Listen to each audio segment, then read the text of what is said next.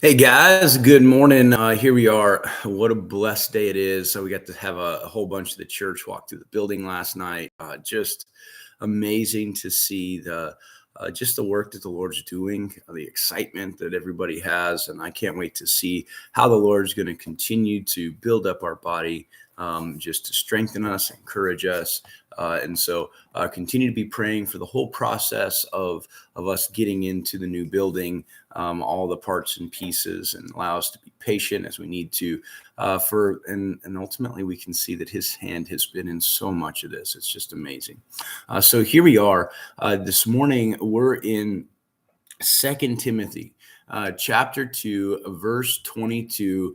Just covering one verse, more than enough information here for us to dive into. So here it is. It says this: flee also youthful lusts, but pursue righteousness, faith, love, peace with those who call on the Lord out of a pure heart.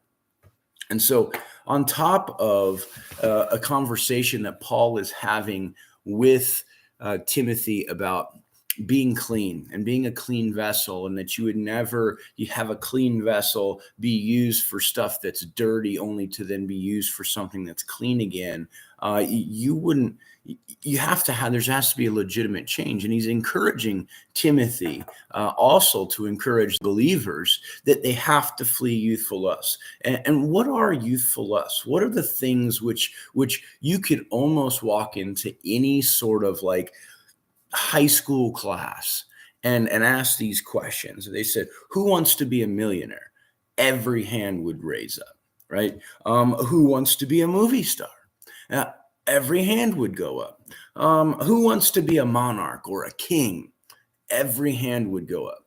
You see, that's the heart of man in its most natural state. And we can see that because even in a youthful setting, in a youthful like part of life, those are the things in which we look forward to. Looking around this world and seeing those who have money, those who have fame, those who have power, all those sorts of things, that those are the things that really, stir up the flesh of the heart. And you can find that in every young person.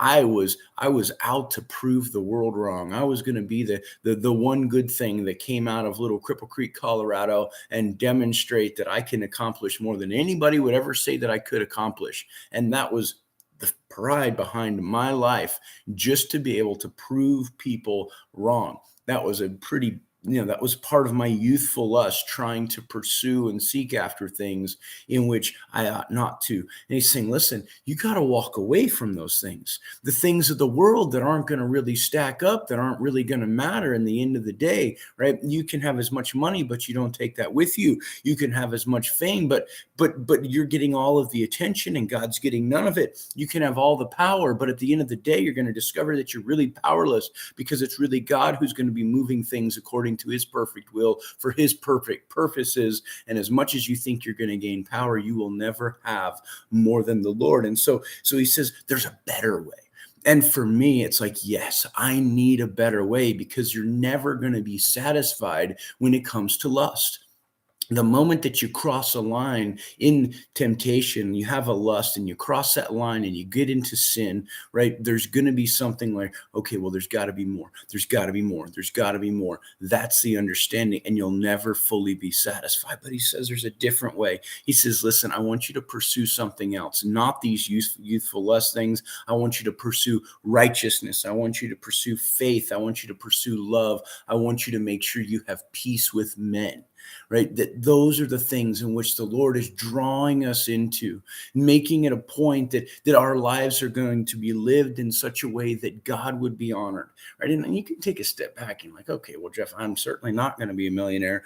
There's no way I'm going to be famous. And, when I have power or whatever. Well, the problem is that even though we're not going to elevate it to that standard, even in our own hearts and even in our own homes, some of us just love to be king. We love to be served. We love to be the one who's in power and in control and have everything organized to our own capacity, right? And then there's also that sense where just if I can get a little more, a little further ahead, a little bit this, a little bit that, and there's always this striving and driving and striving and driving. At the end of the day, right? You get your eyes fixed on yourself and you get them off of the Lord, and you end up running months, years without actually looking, how in the world did I get this far down the road? And it's a reminder, hey, we got to turn back on the road and make sure we're focused on the things that matter. That at the end, I don't have to be king. I don't have to be wealthy. I don't have to have a little bit extra more. What I need to have is I need to have the fruit that the Spirit of God wants to work through me, where my life is lived in such a way that God would be honored, that my faith is on display everywhere that I go, that I love people just as though Jesus would love people, with an incredible servant's heart, that I have a desire to make peace with men with a pure heart, not with false motives, that those things become more and more who and what defines me. And those will be the things when we stand before God, we will be able to hear those mighty words, well done, thy good and faithful servant, right? You have been faithful with little, and therefore you will receive much. Come and enjoy this eternal peace and purpose that you can have with me. Those are the words that we want to hear. So what should you do? You got to flee the youthful lusts and get your eyes fixed on the things that really, truly matter. Love you guys. Be encouraged, strengthened in the Lord today. Keep your eyes fixed on him, and we will see you tomorrow morning. God bless y'all.